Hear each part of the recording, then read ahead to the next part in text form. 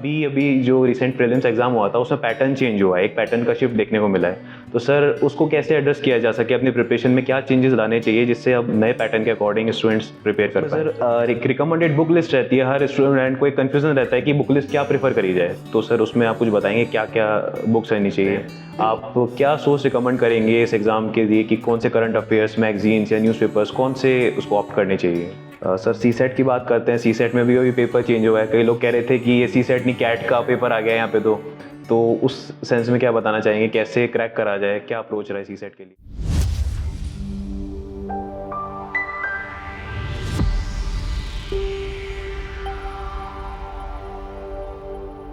Welcome everyone on the first episode of Aspirant to Achiever podcast series by Collector Factory.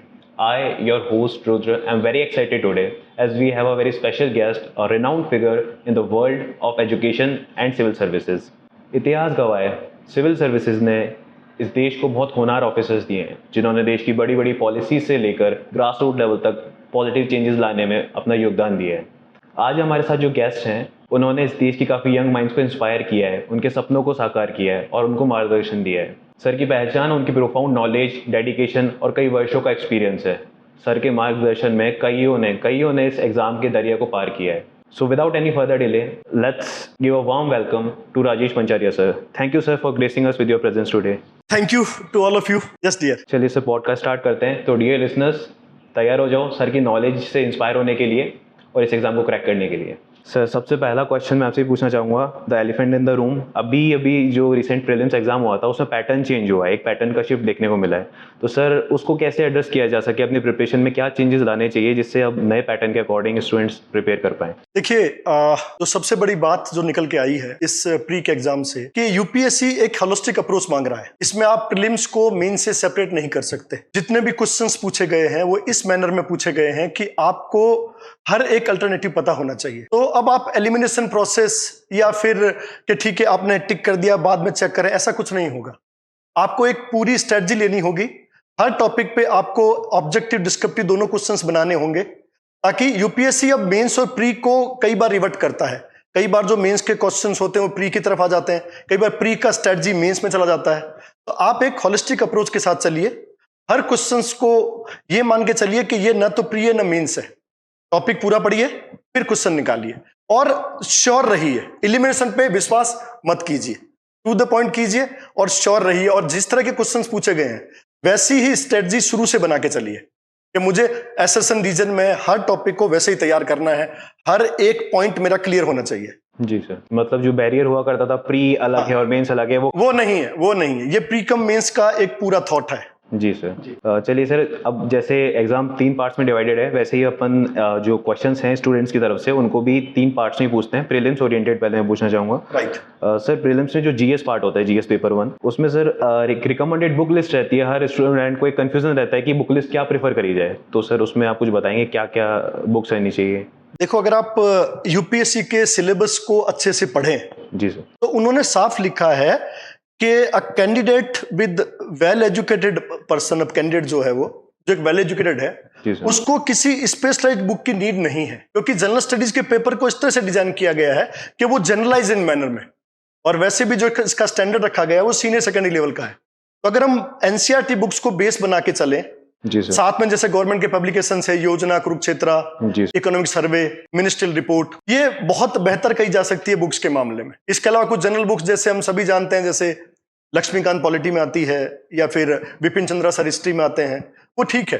पर generally ये चीज है कि आपको किसी स्पेशलाइजेशन की तरफ नहीं जाना है। यूपीएससी कभी भी किसी भी सब्जेक्ट को स्पेशलाइज्ड फॉर्म में लेके नहीं जाएगा। क्यों? क्योंकि इससे उस बच्चे को या उस एस्पायरेंट को फायदा मिलेगा जो उसके बैकग्राउंड से बिलोंग करता है। तो ये डिस्क्रिमिनेशन होगा उनके साथ जिनके पास वो बैकग्राउंड नहीं रहा है।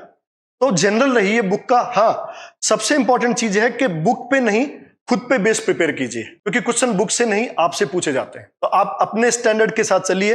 अच्छी जनरल बुक, एनसीईआरटी बहुत अच्छी बुक कही जा सकती है। आप उनको एक बुक को कम से कम 3-4 बार पढ़ें, अंडरस्टैंड करें। क्वेश्चन आपकी अंडरस्टैंडिंग पे आएंगे, आपकी बुक पर नहीं। तो बुक का नहीं, अंडरस्टैंडिंग का फर्क पड़ता है। जी सर, जी। एंड सर टेस्ट सीरीज कहते हैं कि टेस्ट प्रैक्टिस टेस्ट ये सब देते रहने चाहिए, इसका बहुत इंपॉर्टेंट रोल होता है। तो सर ये पूछना चाहूँगा, कब से टेस्ट देने स्टार्ट करने चाहिए, क्या फ्रीक्वेंसी होनी चाहिए, किस टाइप के टेस्ट स्टूडेंट को सोचने चाहिए लगाने के लिए? देखिए, इस पूरे एग्जाम की जान ही क्वेश्चन आंसर है। जी सर। राइट। यूपीएससी का पूरा पैटर्न ही ऑब्जेक्टिव, डिस्क्रिप्टिव और वर्बल कम्युनिकेशन पे टिका हुआ है। जी सर। तो जितना जल्दी हम क्वेश्चंस के दायरे में आएंगे उतना ही बेहतर हम इस एग्जाम को समझेंगे। तो मेरा तो एक्सपीरियंस यही कहता है कि आपको topic wise topic test start करने चाहिए, जो अगर वीकली मैनर में हो तो और ज्यादा बेहतर है, ताकि आप अपनी परफॉर्मेंस एनालिसिस कर सकें कि मेरी गलतियां कहाँ रही, क्योंकि सारा के सारा खेल परफॉर्मेंस एनालिसिस का है। क्योंकि इस एग्जाम में मिस्टेक्स ही सबसे बड़ा रोल अदा करती है। जिसने कम मिस्टेक्स की वो निकल गया। तो आप इसको पहले वीकली मैनर पर लें, जब 2 महीने हो जाए तो जितना आपने पढ़ा है उसको रिवाइज करके करें। जी सर। उसके बाद आप उसको 6 महीने के मैनर में फिर आप फुल लेंथ टेस्ट पर आए। टेस्ट सीरीज भी बेहतर है, बट कब, जब आप अपनी तरफ से हर टॉपिक पर अपने टेस्ट पूरे कर चुके हो। जैसे हम लोग करते हैं, वीकली टेस्ट होते हैं, तो बच्चा धीरे धीरे उस चीज को समझ जाता है गलतियां कहाँ हैं। फिर जब वो फुल लेंथ टेस्ट पे आता है तब तक वो समझ चुका होता है, बस उसके लिए उसको अडेप्ट होना ही इंपॉर्टेंट चीज होता है। ओके। तो एक बहुत इंपॉर्टेंट मैसेज है कि आप टेस्ट सीरीज का वेट मत करिए, आप जो भी पढ़ते जा रहे हैं वो टॉपिक वाइज टेस्ट देते रहिए, तो वो बेटर रहेगा बजाय पूरी टेस्ट सीरीज का वेट करने के लिए। राइट। जी सर। सर एक क्वेश्चन और है ये कि एक दिन में स्टूडेंट अपना टाइम टेबल कैसे डिवाइड करे, मतलब कितने सब्जेक्ट एक साथ पढ़े और करंट अफेयर्स भी, तो एक दिन में क्या रूटीन रहना चाहिए? देखो, रूटीन का नियम यह है कि हर बच्चे का नेचर अलग अलग है, उसके बैकग्राउंड के हिसाब से। कुछ ह्यूमैनिटीज के बैकग्राउंड से है, राइट, कुछ कॉमर्स के बैकग्राउंड से है, कुछ साइंस के बैकग्राउंड से। जी सर।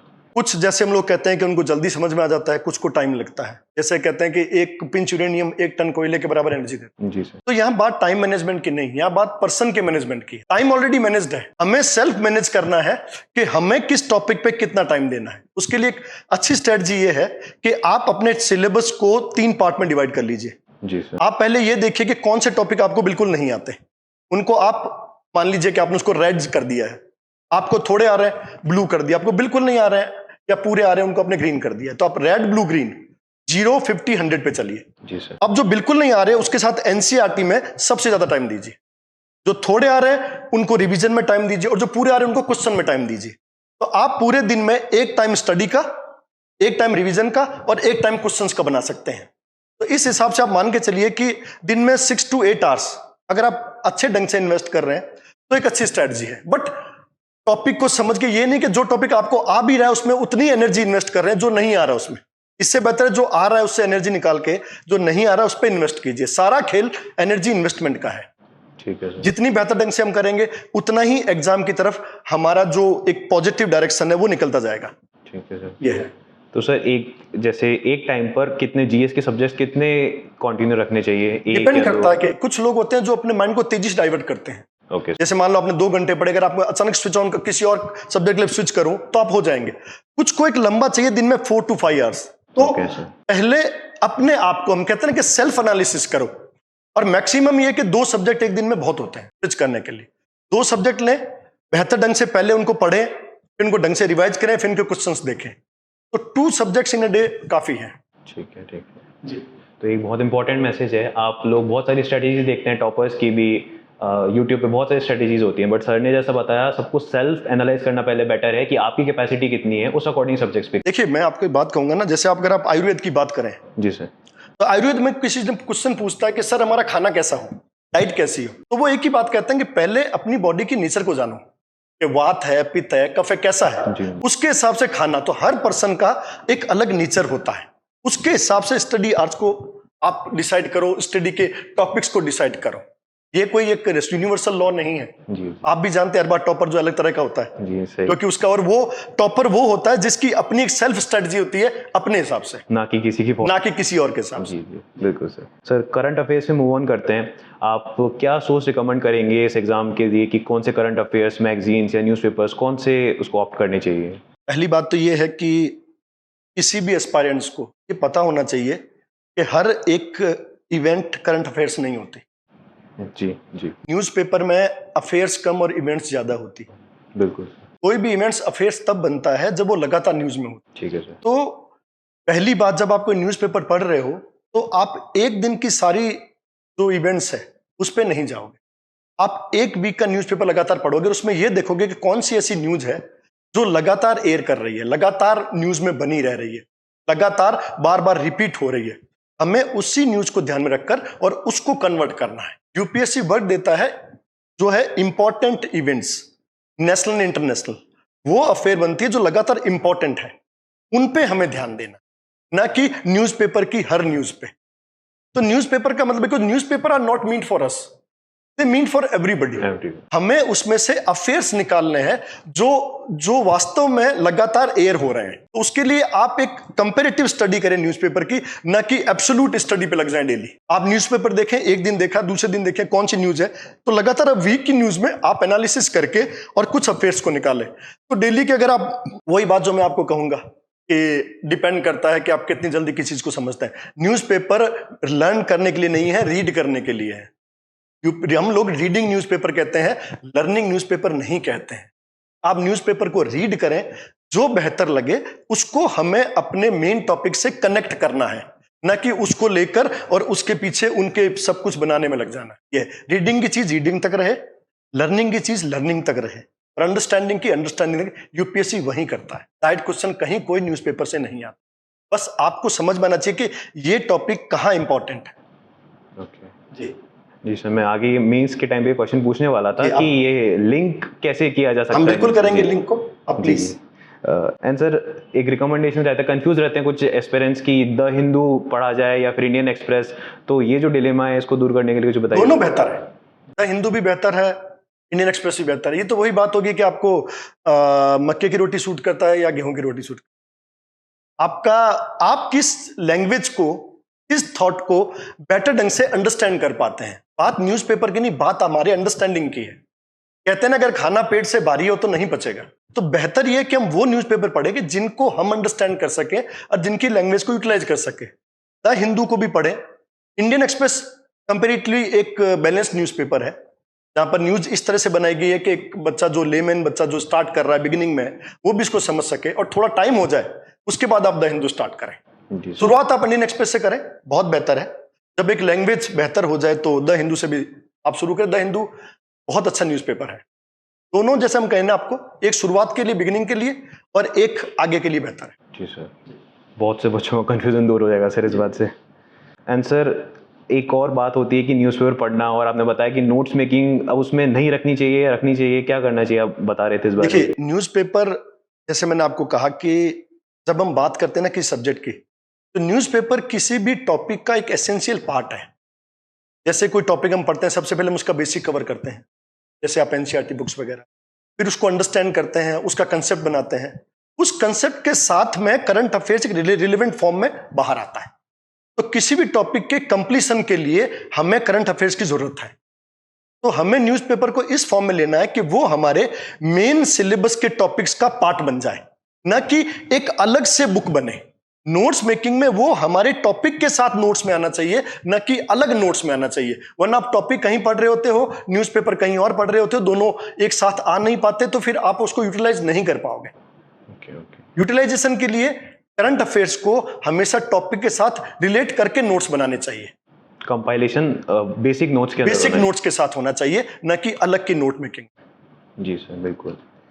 सर, सीसेट की बात करते हैं। सीसेट में भी अभी पेपर चेंज हुआ है। कई लोग कह रहे थे कि ये सीसेट नहीं, कैट का पेपर आ गया यहाँ पे। तो उस सेंस में क्या बताना चाहेंगे, कैसे क्रैक करा जाए, क्या अप्रोच रहा है सीसेट के लिए? देखो, जो प्रॉब्लम हमने देखी है बच्चों में, एक्चुअली स्टूडेंट्स किसी भी पेपर को अंडरस्टैंड करके ये नहीं समझ पाते कि इसमें से हमारा टॉपिक कौन सा है।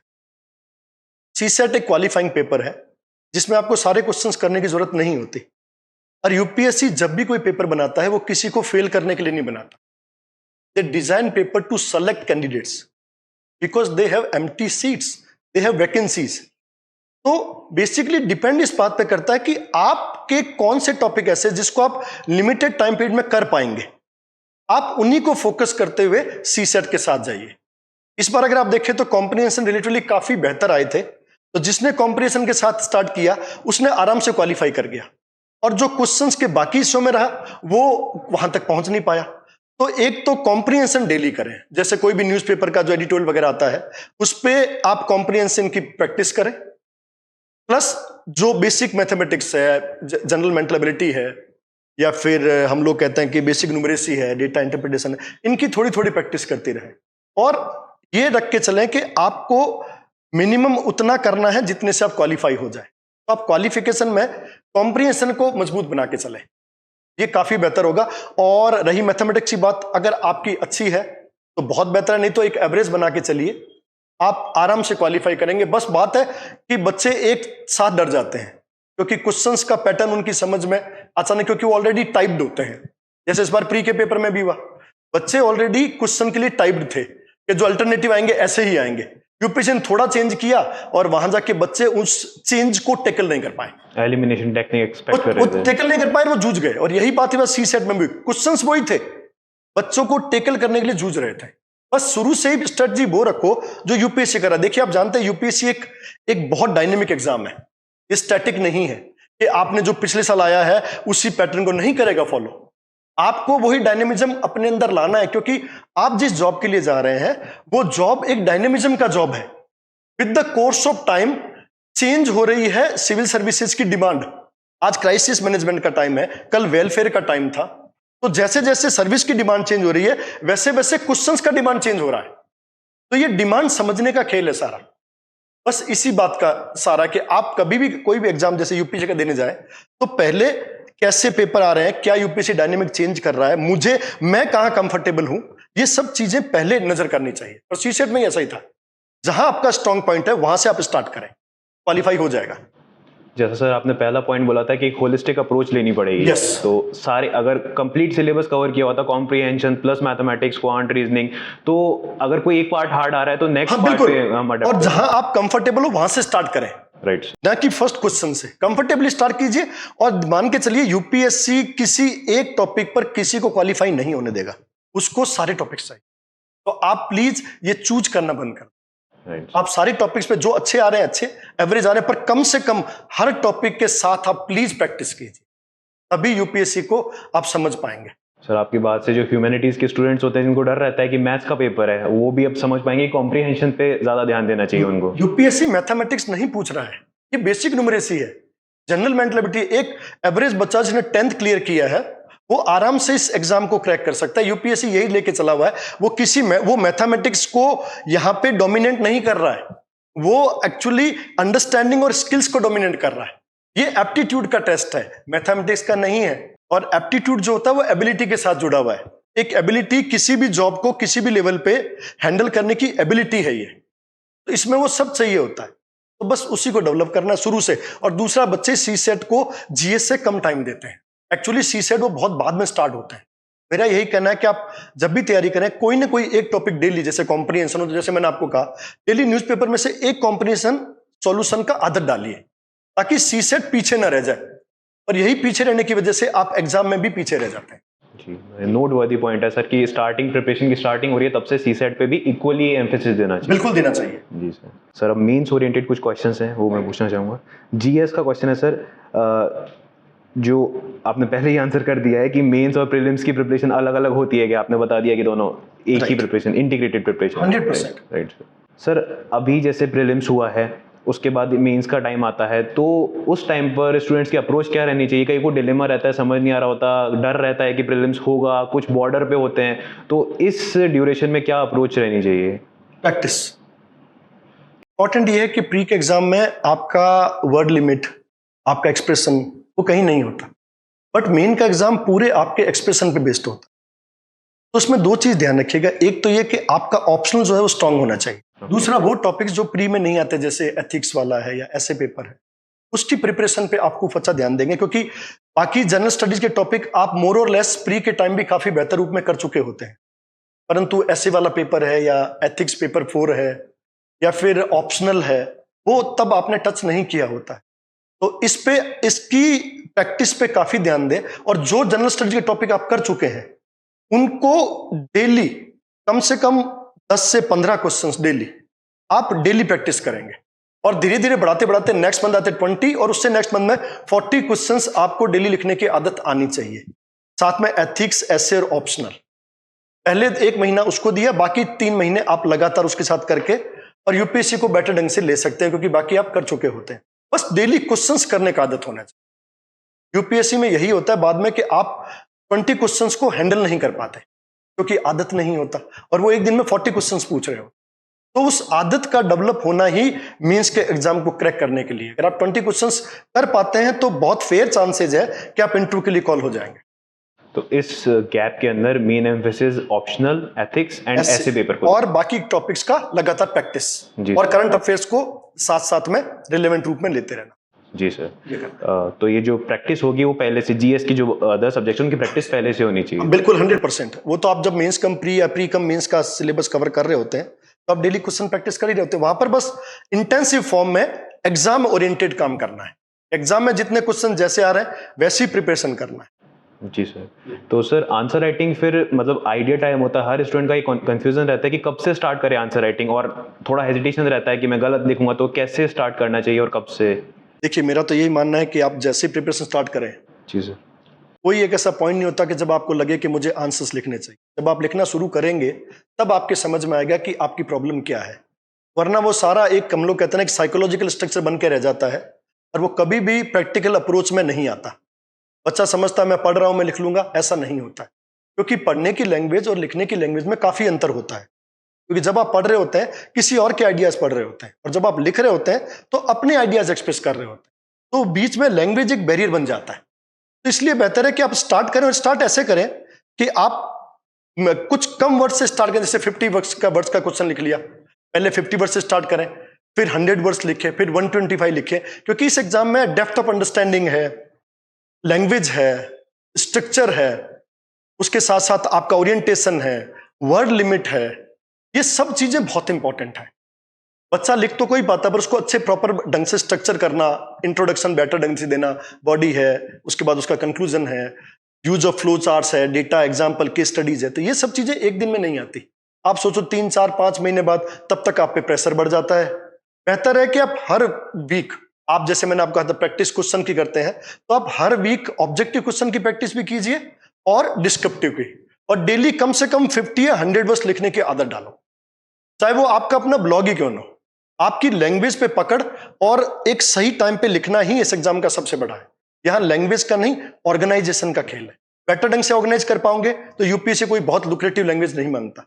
एक जनरल लैंग्वेज हो, बेटर हो, अंडरस्टैंडिंग वाली हो, ये है। जी सर।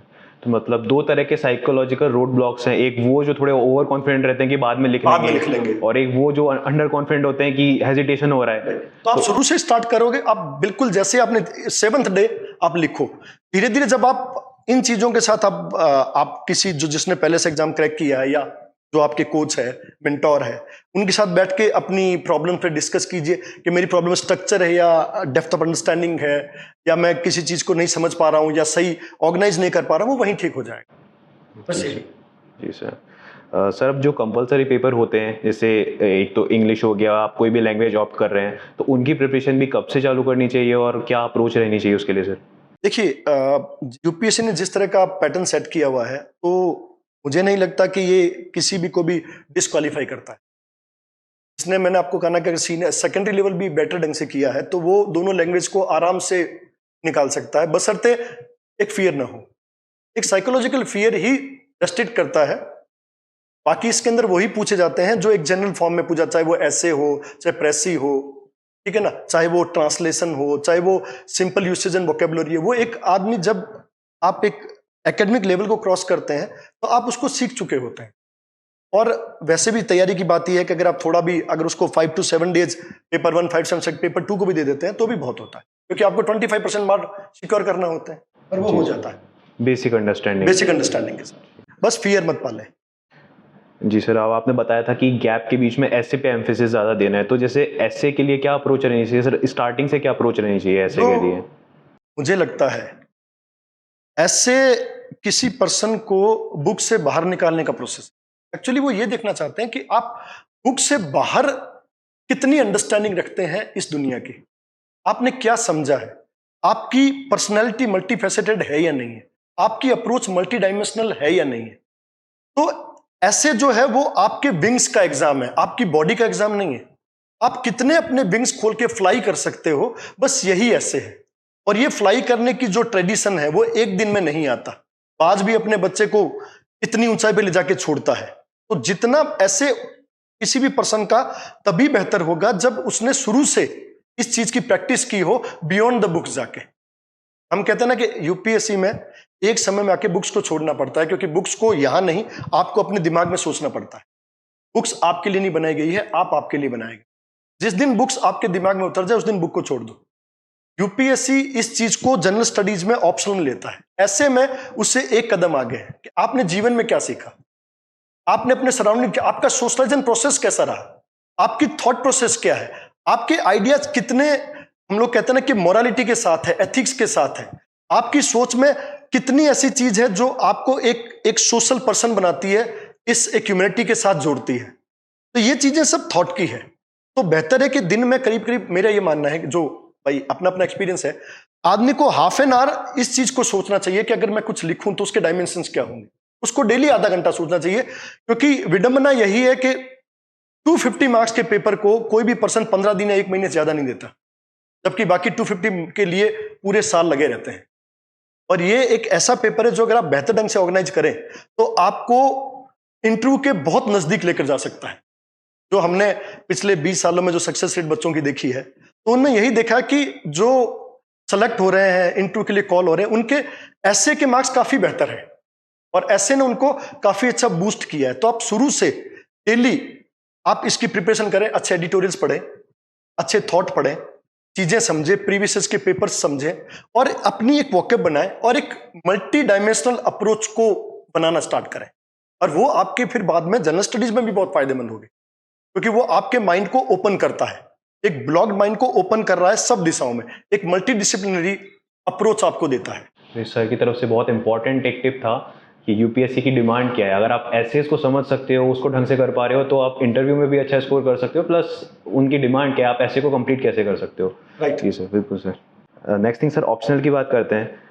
किसी भी एस्पिरेंट को अपना ऑप्शनल सब्जेक्ट कैसे चूज करना चाहिए और उसकी प्रिपरेशन किस ड्यूरेशन में स्टार्ट करनी चाहिए। देखो, क्रिकेट में एक बात कही जाती है कि bat does not score, a batsman score. तो सब्जेक्ट स्कोर नहीं करता, एक पर्सन स्कोर। तो पहली बात तो एस्पायरेंट्स ये दिमाग से निकाल ले कि कोई भी सब्जेक्ट स्कोरिंग होता है और कोई स्कोरिंग नहीं। सब्जेक्ट सारे स्कोरिंग है अगर सही हाथों में हो। अगर रोनाल्डो फुटबॉल के साथ हो और सचिन जी बैट के क्रिकेट के साथ हो तो अच्छा स्कोर करेंगे। तो मेरा पहला यही कहना है कि अगर आप किसी ऑप्शनल को चूज कर रहे हैं तो सबसे पहली चीज आपकी मेंटालिटी है कि आपकी मेंटालिटी किस तरह के सब्जेक्ट को फेवर करती है। जैसे कुछ लोग हैं जिनका थॉट प्रोसेस बहुत अच्छा है, एनालिसिस बहुत अच्छा है, समझ अच्छा पता, उनको ऐसे सब्जेक्ट लेना चाहिए जो थॉट और एनालिसिस को फेवर करते हैं। कुछ लोग ऐसे हैं जिनका सिटिंग पावर अच्छा है, टेक्निकल माइंड है, बुक्स को बहुत अच्छा कर पाते हैं, बुक्स को रिपीट अच्छा कर पाते हैं, लिख अच्छा पाते हैं, तो उनको ऐसे सब्जेक्ट फेवर करना चाहिए जो बुकिश है, जिसमें लैंग्वेज ज्यादा नहीं, जिसमें एक बुक बेस्ड थॉट ज्यादा आता है। तो जैसी आपकी मेंटालिटी है वैसा पहला होता है सब्जेक्ट। दूसरी चीज देखा जाता है कि उस सब्जेक्ट के कॉम्पिटिटर्स कितने हैं, क्योंकि जब तक कॉम्पिटिटर्स नहीं होंगे तब तक उस सब्जेक्ट में आप कहां स्टैंड कर रहे हैं ये बहुत मुश्किल होगा। तीसरा, उस सब्जेक्ट में आपकी मेंटरशिप कहां तक मिल पाती है, क्योंकि ऑप्शनल एक स्पेशलाइजेशन, और एक्चुअली यूपीएससी आपके ऑप्शनल में नहीं, आपके डिसीजन मेकिंग पे ध्यान देता है कि out of 26 optional how you choose optional, that is more important rather than optional. Optional is nothing, just decision making of an aspirant, and you are there to prove that you can make good decisions. तो optional हमेशा एक बहुत सोच के साथ, पहली mentality, दूसरे competitors, तीसरा कौन अच्छा मेंटोर है, चौथा मार्केट में उसके कितने रिलेवेंट मटेरियल अवेलेबल है, पांचवा कि वो आप कितने समय में पूरा कर पाते हैं, आप कितना एनर्जी इन्वेस्टमेंट उसमें हो रहा है। उस आधार पर ले कभी भी जनरल स्टडीज को बेस बना के ऑप्शनल के साथ न जाए, क्योंकि ऑप्शनल का थॉट जनरल स्टडी के थॉट से काफी डिफरेंट है। आप उस थॉट से ना तो जनरल स्टडी को तैयार कर पाएंगे और न ही जनरल स्टडीज के थॉट पे आई ऑप्शनल को तैयार कर पाएंगे। ऑप्शनल बिल्कुल अलग है। तो आप अपनी सोच, अपनी समझ के साथ ऑप्शनल को ले। उसके लिए बेहतर यह है कि आप पहले जैसे 2-3-4 महीने प्रिपरेशन करते हैं बेसिक की, वो कर लें। उसके बाद जिस सब्जेक्ट में आपको बेहतर लगता है, अपने बैकग्राउंड के सब्जेक्ट्स या आपके इंटरेस्ट के सब्जेक्ट, उसका प्रीवियस के पेपर्स, सिलेबस और एक बेहतर मेंटोर के साथ बैठ के इस चीज को बेहतर ढंग से डिसाइड करें। ऑप्शनल बहुत क्रूशियल है मेंस में आपको इंटरव्यू कॉल के लिए और सिलेक्शन के लिए, इसलिए इसको नजरअंदाज ना करें। जी सर, रैंक डिसाइड करने में बहुत बड़ा क्रूशियल रोल देता है। आपने देखा होगा टॉपर्स में सारा के सारा उनके ऑप्शनल ने उनको बहुत हेल्प किया है उनको क्रैक करने और टॉप पे आने के लिए। यही है, जैसा आपने बताया सर, इंपॉर्टेंस प्री और मेंस के बीच में ऑप्शनल एसे और एथिक्स को देनी चाहिए, और यही टॉपर्स के लिए है। टॉपर्स भी आपको यही कहेंगे कि ये सब्जेक्ट्स हमेशा लोग नेग्लेक्ट करते हुए आते हैं, और यही लास्ट में आपके लिए जो कहते हैं ना कि एक जो टेल एंडर्स का जो शॉट है वही आपको जिताने के लिए खड़े होते हैं। जी सर। एंड सर, कोई साइंस बैकग्राउंड से है तो उनको कंफ्यूजन रहता है वो साइंस का ही ऑप्शनल पिक करें या फिर बैकग्राउंड चेंज करके कोई ह्यूमैनिटीज का सब्जेक्ट उस तरफ अप्रोच करें। जैसे मैंने आपको बताया कि ऑप्शनल सब्जेक्ट बहुत क्रूशियल होता है, तो बात साइंस या ह्यूमैनिटीज की नहीं है। पहली बात है, यूपीएससी कभी भी किसी सब्जेक्ट में डिस्क्रिमिनेट नहीं करता। उसके लिए साइंस, कॉमर्स, ह्यूमैनिटीज सब सब्जेक्ट इक्वल है। डिपेंड ये करता है कि आपका अंडरस्टैंडिंग कहाँ बेहतर है। और दूसरी बात, जैसे एक renowned sociology doctor Arthur Young थे, वो बोलते थे कि science does not go with the subject matter, it goes with the method. So wherever we use scientific method that would be science, systematic study. तो science का person किसी भी subject को अगर सिस्टमेटिक ढंग से पढ़ेगा तो वो साइंस ही है। जैसे हम देखें, पॉलिटिकल साइंस भी साइंस है, कुछ नेचुरल साइंसेज है, कुछ मैथमेटिकल साइंसेज है, ज्योग्राफी, अर्थ साइंसेज है। तो कुल मिला के सब्जेक्ट के पढ़ने पे डिपेंड करता है या पर्सन पे डिपेंड करता है कि वो सब्जेक्ट को कैसे पढ़ रहा है। हमारा ये मानना है कि कोई भी जैसे साइंस स्ट्रीम का बंदा है, हो सकता है वो बहुत अच्छा थिंकर हो, पर उस चीज को उसने कभी एक्सप्लोर नहीं किया। यूपीएससी में आने के बाद वो चीजों को समझे, अपने बैकग्राउंड को नहीं, अपने इनर लेवल की अंडरस्टैंडिंग को समझे। ये एग्जाम अंदर की ओर जाने का है। आपका अंदर का जो इनर अंडरस्टैंडिंग है, थॉट है, वो किस सब्जेक्ट को फेवर करता है। अगर साइंस आपकी इतनी बेहतर है कि वो आपको एक बेहतर स्कोर दे रही है, आप क्वेश्चंस को समझ पा रहे हैं, तो बेहतर है आप उसी स्ट्रीम को चुनिए, कोई प्रॉब्लम नहीं है। पर अगर आपको लगता है कि आपने साइंस ली है ग्रेजुएशन के लिए या पोस्ट ग्रेजुएशन के लिए, और आप उस स्थिति में नहीं है कि आप उसको 60 या 70% के स्कोर पे, 60% के स्कोर पे ले जा सकें, तो फिर आप अपने सब्जेक्ट के चेंज पे ध्यान दीजिए। पर पहले जो आपके पास है, सबसे पहले आप उसको मौका दीजिए। कहां तक है, कितनी डेप्थ तक मैं अपने सब्जेक्ट को जान रहा हूं, बैकग्राउंड में कैसे लिया है मैंने, उसके बाद। जी सर, तो एम्फेसिस सब्जेक्ट से ज्यादा खुद पर होना चाहिए। और साइंस के लिए सर ने बहुत अच्छी बात बताई, science is more like an approach rather than just being a subject. Right. जी सर, तो अब साइंस वाले जो भी स्टूडेंट्स हैं वो अपनी अप्रोच पे फोकस रखें ज़्यादा, और उसके बाद जो सब्जेक्ट उन्हें पसंद आता है वो उस पर ऑप्ट कर सकते हैं। सर बहुत अच्छा थॉट था सर साइंस के लिए। देन सर, इंटरव्यू की बात करें तो एक ये रहता है कि इंटरव्यू स्टेज पे यूपीएससी कैंडिडेट में क्या ढूंढ रही होती है और उस टाइम पे कैसे टैकल करना होता है, क्या एक्सपेक्टेशंस होती है सर यूपीएससी की? सिर्फ एक एक्सपेक्टेशन है, एडमिनिस्ट्रेटर। जी सर। यूपीएससी को सिर्फ एडमिनिस्ट्रेटर्स, उनको सिविल सर्वेंट्स चाहिए। तो जब आप इंटरव्यू में उनके सामने बैठे होते हो, तो इररिस्पेक्टिव टू यू, वो आप में एक सिविल सर्वेंट को खोज रहे होते हैं।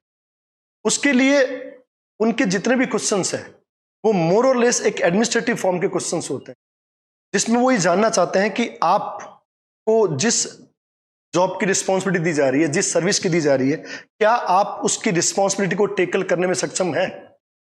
बस उसी एबिलिटी का टेस्ट इंटरव्यू है। पर्सनैलिटी क्या है? A person's ability to express its inner one, right, with true self. तो ये सब कुछ है कि आप अपने आप को एक एडमिनिस्ट्रेटर की तरह कितना बेहतर एक्सप्रेस कर पाते हैं, यही वहां पे पूछा जाता है। क्वेश्चंस बहुत सिंपल होते हैं, बट आंसर्स कौन दे रहा है, एक पर्सन दे रहा है कि एक एडमिनिस्ट्रेटिव जॉब पे बैठा ऑफिसर दे रहा है, यहीं पे फर्क आ जाता है। उनको वो रिस्पॉन्सिबिलिटी आप में चाहिए। तो क्वेश्चन बहुत सिंपल होंगे आपके बारे में, आपके बैकग्राउंड के बारे में, आपकी हॉबीज इंटरेस्ट के बारे में, इंडिया इन द वर्ल्ड के बारे में। पर जब आप मेंस लिख रहे होते हैं और जब आप इंटरव्यू दे रहे होते हैं, दोनों पर्सनैलिटी में एक जगह आपका लिखना, राइटिंग एक्सप्रेशन है, और एक जगह आपकी जिम्मेदारी है जहां पर आपको बोर्ड ये चाहता है कि आप उनके सामने वहां पर एक एडमिनिस्ट्रेटिव रिस्पॉन्सिबिलिटी के साथ आंसर दें। तो बस यही मान के चलिए कि जब आप बोर्ड के सामने बैठे हो तो आपके आंसर जो है एक रिस्पॉन्सिबल, एक ऑथोरिटिव पर्सन की तरह हो, जो जानता हो कि मुझे आगे जाके क्या करना है, क्या रिस्पॉन्सिबिलिटी बियर करनी है। एक सोशल सर्विस जिसको हम यूपीएससी कहते हैं, एक सोशल सर्विस है। कितना सोशलाइजेशन मैं इनको दिखा सकता हूं, कितना मैं एक नेशन के प्रति मेरी लॉयल्टी है, कितना मैं अपनी आपको डेडिकेटेड बना सकता हूं। क्योंकि वो सब यही मांगेंगे कि एक एडमिनिस्ट्रेटर और उस एडमिनिस्ट्रेटर की क्वालिटीज। जी सर, सर ने इंटरव्यू स्टेज को बहुत सिंप्लीफाई करके समझा दिया। आपको नॉलेज का टेस्ट नहीं किया जाएगा वहाँ पर, वो तो पहले ही हो चुका प्री और मेंस में। यहाँ पर आपको बस एज एन एडमिनिस्ट्रेटर एक्ट करना है, be an administrator. Personality test as an administrator only. जी सर, सेलेक्ट एडमिनिस्ट्रेशन जॉब चाहिए तो आपको एडमिनिस्ट्रेटर की तरह ही। जी, वो कहते हैं ना कि लाइक डिजोल्व्स लाइक, जी यही बात है जी। अब सर कुछ प्रिपरेशन रिलेटेड डाउट्स हैं जो जनरली स्टूडेंट्स को रहते हैं। सर कोचिंग ज्वाइन करना कंपलसरी है या नहीं, क्या घर से प्रिपरेशन कर सकते हैं, ये सब कुछ डाउट्स रहते हैं, उस पर क्या कहना चाहिए? देखो, बात ये होता है कि लाइफ में आपको कौन मिला है, कोच मिले हैं कि प्रोफेसर्स मिले। आप जब एकेडमिक एग्जाम में पढ़ रहे होते हैं तो वहां पर आपके पास प्रोफेसर्स होते हैं जो सब्जेक्ट के मास्टर्स होते हैं और वो सब्जेक्टिव नॉलेज में बहुत बेहतर होते हैं। कोच वो होता है जो खुद खेल चुका होता है, तो इस चीज को समझा होता है कि गलतियां कहाँ होती है, चीजें कहाँ होती है। अब जरूरी ये नहीं कि सबके पास में कोच हो। आप बात कर सकते हैं अर्जुन और एकलव्य की। अर्जुन के सामने द्रोणाचार्य खड़े हैं, एकलव्य सिर्फ उनकी मूर्ति बना के प्रैक्टिस कर रहा है। तो बात उस कोचिंग की मेंटालिटी की है, उस कोचिंग के इंस्टीट्यूट की नहीं। हमारा जैसे हम इंटरनल का हमारा मोटो क्या होता है कि हम लोग कभी भी क्राउड को प्रीफर नहीं करते। 30 सीट्स 40 सीट्स बैच बंद, क्योंकि हर बच्चा अपने आप में एक अलग होता है। कोच का मतलब बच्चे को समझना होता है, न कि सिलेबस को पढ़ाना होता है। तो अगर बच्चा ये समझता है कि मुझे सिलेबस का अच्छा अंडरस्टैंडिंग है, मैं यूपीएससी की क्या डिमांड है उसको जानता हूं और मैं बेहतर ढंग से फुलफिल कर सकता हूं, तो आप कहीं से भी अपनी प्रिपरेशन कर सकते हैं, कोई नहीं। क्योंकि इस एग्जाम के अंदर आप ये मान के चलिए कि 70% एफर्ट स्टूडेंट का ही होता है।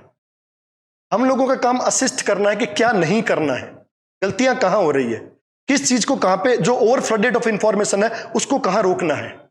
हम बस यही करते हैं। अगर बच्चा खुद कर पाता है तो सेल्फ प्रिपरेशन बहुत बड़ी चीज है। नहीं कर पाता तो इंस्टीट्यूट की तरफ आए, बट बहुत समझ के साथ। कोच का होना चाहिए, वो प्रोफेसर नहीं, वास्तव में कोच होना चाहिए जिसने वास्तव में फील्ड ट्रेनिंग लिया है इस एग्जाम का। जी सर। और सर कुछ बच्चे ऐसे भी होते हैं जो अफोर्ड नहीं कर सकते कोचिंग, सो बिल्कुल ही इस टाइप के बैकग्राउंड से आते हैं, तो उनके लिए क्या सजेशन रहेगा आपकी तरफ से? देखिए, मेरा ये मानना है कि बेहतर बच्चों को कोई नहीं रोक सकता।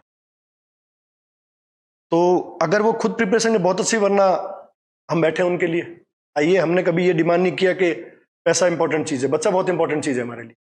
दूसरी बात कि आजकल आप देखोगे तो यूट्यूब में भी काफी जो है लेक्चर्स अवेलेबल है, अलग अलग इंफॉर्मेशन अवेलेबल है। आप भी एक बहुत अनूठी पहल करने जा रहे हैं, तो बच्चा उनके साथ चले, बहुत आराम से बेसिक प्रैक्टिस करे, क्वेश्चन आंसर करे, और कभी भी प्रॉब्लम हो तो हम लोगों का गेट हमेशा उनके लिए खुला है। ये बिल्कुल बात है, बस बच्चा होना चाहिए, हमारा यही मोटो है एक। जैसे सर आप भी यूट्यूब पे लेक्चर्स अवेलेबल करवाते हैं। यूट्यूब पर आए, बच्चा यहाँ पर आए, बैठे हमारे पास, हमारे लिए बच्चा प्राइमरी चीज है, बाकी चीजें सब सेकेंडरी है। स्टूडेंट अगर सेलेक्ट होता है तो उससे बेहतर किसी एक मेंटोर के लिए बड़ी चीज नहीं होती। गाइडेंस का रोल जैसे आपने समझाया, कोच और प्रोफेसर का डिफरेंस चीज है जी। और सर अगर कोई कोचिंग ज्वाइन करना चाहता है तो वो क्या ऐसे फैक्टर्स हैं जो कंसिडर करे कोचिंग ज्वाइन करने से पहले? बहुत सारी कोचिंग से कंफ्यूज होता है, तो वो क्या लुक फॉरवर्ड करे, कौन से फैक्टर्स को देखें? सबसे पहले तो ये करे कि उस पे पर्सनल मेंटरशिप है या नहीं है। देखिए, जैसे मैंने आपको बताया, हर बच्चे का थॉट प्रोसेस और नेचर अलग अलग होता है।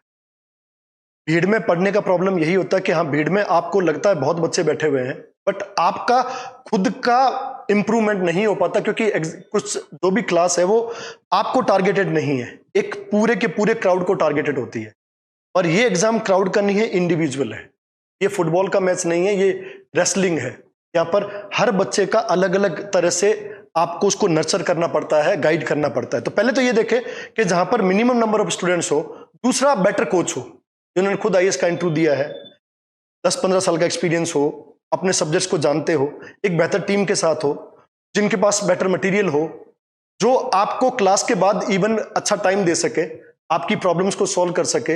आप पूरा उनसे इंफॉर्मेशन लीजिए, वीकली एक टेस्ट का पूरा प्रोग्राम हो उनके पास में, एक बैकअप प्रोग्राम हो, रिवीजन का प्रोग्राम हो, एग्जाम के टाइम में आपको एग्जाम ओरिएंटेड वो लेके चले। ये सारी चीजें होनी चाहिए। हमने इसी को डिजाइन करके इंटरनल आईएएस बनाया था कि हमें बस 40 बच्चे रखने हैं, पूरे साल 15 महीने का प्रोग्राम करना है, और प्री कम मेंस हर बच्चे पे ध्यान देना, अलग फाइल बना के। तो बच्चा बस इस चीज को ध्यान रखे कि उसका नर्चर होना चाहिए, कोचिंग का नहीं। जी सर, कोचिंग बच्चों के लिए है, हर बच्चे का होना चाहिए।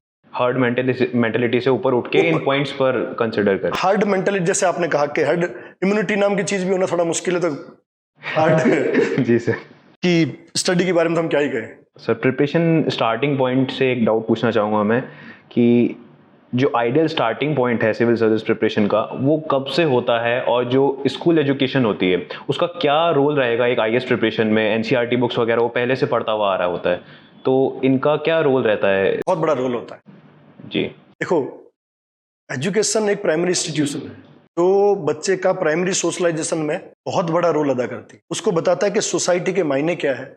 आपने देखा होगा कभी भी किसी स्कूल के बाहर लिखा होता है कि ज्ञानार्थ प्रवेश और सेवार्थ प्रस्थान। वो जो सर्विस का जो वैल्यू है वो एक स्कूल सिखाता है। वो सिखाता है कि एजुकेशन का मतलब किसी पर्सन का अपने लिए इंप्रूव करना है, अपने लिए अर्न करना नहीं है, एक सोसाइटी के लिए अर्न करना है। वो सोसाइटल वैल्यू जो है वो स्कूल से आता है, एक प्राइमरी एजुकेशन से आता है, एक बेहतर जगह से आता है। तो अगर बच्चा उस समय से ही अपनी प्रिपरेशन को ध्यान में दे, तो जैसे मैंने आपको कहा कि बात बुक्स की नहीं है। NCERT books are not design for UPSC examination at all, they are design for schools only. But अगर आपको उसकी बेहतर समझ है तो आप सब्जेक्ट की थॉट को समझ पाएंगे, आप जान पाएंगे कि किसी भी एग्जाम का डिमांड क्या है। अगर आपका बेसिक मजबूत है, हम जैसा कहते हैं कि अगर आपका बेसिक मजबूत है, स्कूलिंग मजबूत है, तो यूपीएससी एग्जाम में 50% प्रिपरेशन आप कर चुके हैं, क्योंकि जो सिलेबस वाला पार्ट है वो आप कर चुके हैं। बस अब आपको यह समझना है कि बस एग्जाम क्या चाहता है, जो मैंने पढ़ा है उसको क्वेश्चन आंसर में ट्रांसफॉर्म कैसे करना है। तो 50% काम आप कर चुके होते हैं। वरना अगर स्कूलिंग और एनसीईआरटी अगर आपने शुरू में सही नहीं पढ़ा है तो ये सारा काम अब आपको दोबारा करना पड़ेगा जब आप कोचिंग में स्टार्ट होते हैं। तो जो काम स्कूल कर रहा था वो अब कोचिंगों में आ गया, तो जो टीचर आपको वहां पढ़ा रहे थे वो सब वेस्ट हो जाते हैं। और बेहतर यही कि आप स्कूल्स में एनसीईआरटी को बेटर ढंग से पढ़े और वहीं से आप स्टार्ट हो जाए। जी सर, जी। मतलब एनसीईआरटी का बेस अगर अच्छा है तो 50% आप सिलेबस वाला काम कंप्लीट हो गया आपका। उसके बाद बस उसमें फायदा ये रहेगा कि आप आने वाले टाइम में अपना सारा ध्यान यूपीएससी की प्रिपरेशन में लगा पाएंगे, न कि स्टडी पे। ये एग्जाम स्टडी बेस्ड नहीं है, ये एग्जाम अप्रोच बेस्ड है। यहां अप्रोच करना है कि जो आपने अब तक पढ़ा है उसको यूज कैसे किया जाए, यूटिलाइज कैसे किया जाए। तो जितना जल्दी आपने सिलेबस कवर किया होता है उतना ही यूटिलाइजेशन को टाइम ज्यादा मिल पाता है। जी सर। जैसे कुछ टॉपर्स के इंटरव्यू हैं, उन्होंने बोला था वो 6th क्लास से प्रिपरेशन कर रहे हैं, कोई 8th क्लास से प्रिपरेशन कर रहा है, तो इस बारे में क्या कमेंट रहेगा सर? ये क्या सही अप्रोच है? अप्रोच बिल्कुल गलत नहीं है। बात यह है कि आपको किस समय से समझ में आता है कि मुझे अपनी एनर्जी को यूनिडायरेक्शनल करना है। यही सबसे बड़ी बात है। कहता ना कि जब हमारे पास कोई स्टूडेंट आता है तो अगर उसने पहले से अच्छी स्कूलिंग कर रखी होती है, उसको पता होता है, तो एक बेटर टीचर टॉट रिलेशनशिप बन पाता है। हम जो समझा रहे हैं वो समझ पाता है। वरना पहले उसको सब्जेक्ट समझाना पड़ता है, तो पहले वो इंफॉर्मेशन गैदर करे, फिर वो अंडरस्टैंड करे, फिर क्वेश्चंस बनाए। तो एक लंबी साइकिल में आने पर वो लिथार्जिक हो जाता है। वरना अगर वो पढ़ा हुआ है, समझा हुआ है, तो आप बस उसको डायरेक्शन दे, एनर्जी उसकी ऑलरेडी डायरेक्टेड है, बस आप उसको एक तरफ ले जाए, वो आराम से क्रैक करता है एग्जाम। इन फर्स्ट अटेम्प्ट में ही हो जाता है और अच्छी रैंक के साथ होता है। जी सर। अगर फाउंडेशन अच्छा है तो कोचिंग के बाद मोमेंटम बना रहेगा उसका। 100% बना रहेगा। जी सर, जी। सर एक लास्ट क्वेश्चन पूछना चाहूँगा। जो कैंडिडेट सर मल्टीपल अटेम्प्ट्स लग जाते हैं जिनको करने में, अभी भी कुछ होंगे जो 4th या 5th अटेम्प्ट पे होंगे, तो ऐसी क्या मिस्टेक्स है जो उनको अवॉइड करनी चाहिए? और अब उनका माइंडसेट थोड़ा नर्वसनेस में भी आ जाता है कि अटेम्प्ट्स एग्जॉस्ट होने वाले हैं, तो उनके लिए क्या एडवाइस रहेगी सर? देखो, एक बात कही जाती है कि अगर आप लगातार किसी डेस्टिनेशन को आने में फेल हो रहे हैं तो डेस्टिनेशन चेंज मत कीजिए, अप्रोच चेंज। तो सारा खेल अप्रोच का है। अगर आप लगातार एग्जाम को क्रैक नहीं कर पा रहे हैं तो पहले तो आप ये देखिए कि आपकी स्ट्रेटजी क्या एक होलिस्टिक अप्रोच के फॉर्म में है। क्या आपने अपने टॉपिक को प्री कम मेंस के हिसाब से क्वेश्चन के साथ पढ़ा है? मैं हर बार एक ही बात कहता हूं, यूपीएससी को सिर्फ एक चीज चाहिए, क्वेश्चन एंड आंसर। आपने क्या पढ़ा है, कितना पढ़ा है, किस बुक से पढ़ा है, मायने नहीं रखता है। At the end of the day अगर आप अपने नॉलेज को क्वेश्चन आंसर में कन्वर्ट कर पाते हैं तभी आप सिलेक्शन की बात कीजिए। और ये तब होगा जब आप डेली फॉर्म में प्रैक्टिस कीजिए। जो सुबह पढ़ा है दोपहर को रिवाइज करके शाम को क्वेश्चंस बनाने हैं। 365 डेज अगर आप इस तरह से चल रहे हैं तो यूपीएससी आपको सेलेक्ट करेगा, क्योंकि उसको ऐसे ही लोग चाहिए जो अपने नॉलेज को, अपने एक्सपीरियंस को प्रैक्टिकली एग्जीक्यूट कर सके in day to day form. UPSC कोई आपके 5-6 महीने बाद आपसे रिजल्ट नहीं मांगता। एक एडमिनिस्ट्रेटर को डेली अपने आप को परफॉर्म करना पड़ता है। डेली उसको सिचुएशन हैंडल करना पड़ता है। आप सोचते हो कि एक टाइम पढ़ेंगे, एक टाइम रिवीजन करेंगे, एक टाइम क्वेश्चंस करेंगे, ये नहीं हो पाएगा। आपको डेली है, हमारे खाने की तरह कि आप जैसे ही खाना खाते हैं आपका डाइजेशन शुरू हो जाता है और आपको एनर्जी मिलती है, और बॉडी को एनर्जी से मतलब है, खाने से नहीं। तो सारा खेल एनर्जी का है। यूपीएससी का सारा खेल क्वेश्चन आंसर का है। अगर आप डेली फॉर्म में क्वेश्चन आंसर प्रोड्यूस नहीं कर पा रहे हैं तो मिस्टेक है। अगर आप डेली क्वेश्चन करेंगे तो एक आदत पड़ती है, समझ में आता है कि जो मैंने पढ़ा है वो रिलेवेंट है या नहीं है, मैं क्वेश्चन कर पा रहा हूं नहीं कर पा रहा हूं, तो आप डेली बेस पे उसके सॉल्यूशन निकालेंगे। वरना 3 महीने 6 महीने बाद अगर आपको पता लगता है कि आप पढ़े में से क्वेश्चन नहीं बना पा रहे तो फिर उसका वैल्यू क्या रहा, साल तो खत्म हो गया। और यही बार बार रिपीट होता है, यही गलतियां। तो डेली फॉर्म में अपनी प्रिपरेशन को कंप्लीशन डेली कंप्लीट करें। ये डेली कंप्लीशन का खेल है, इसमें हर दिन जुड़ के 365 डेज बनता है, न कि अलग अलग स्टेप का।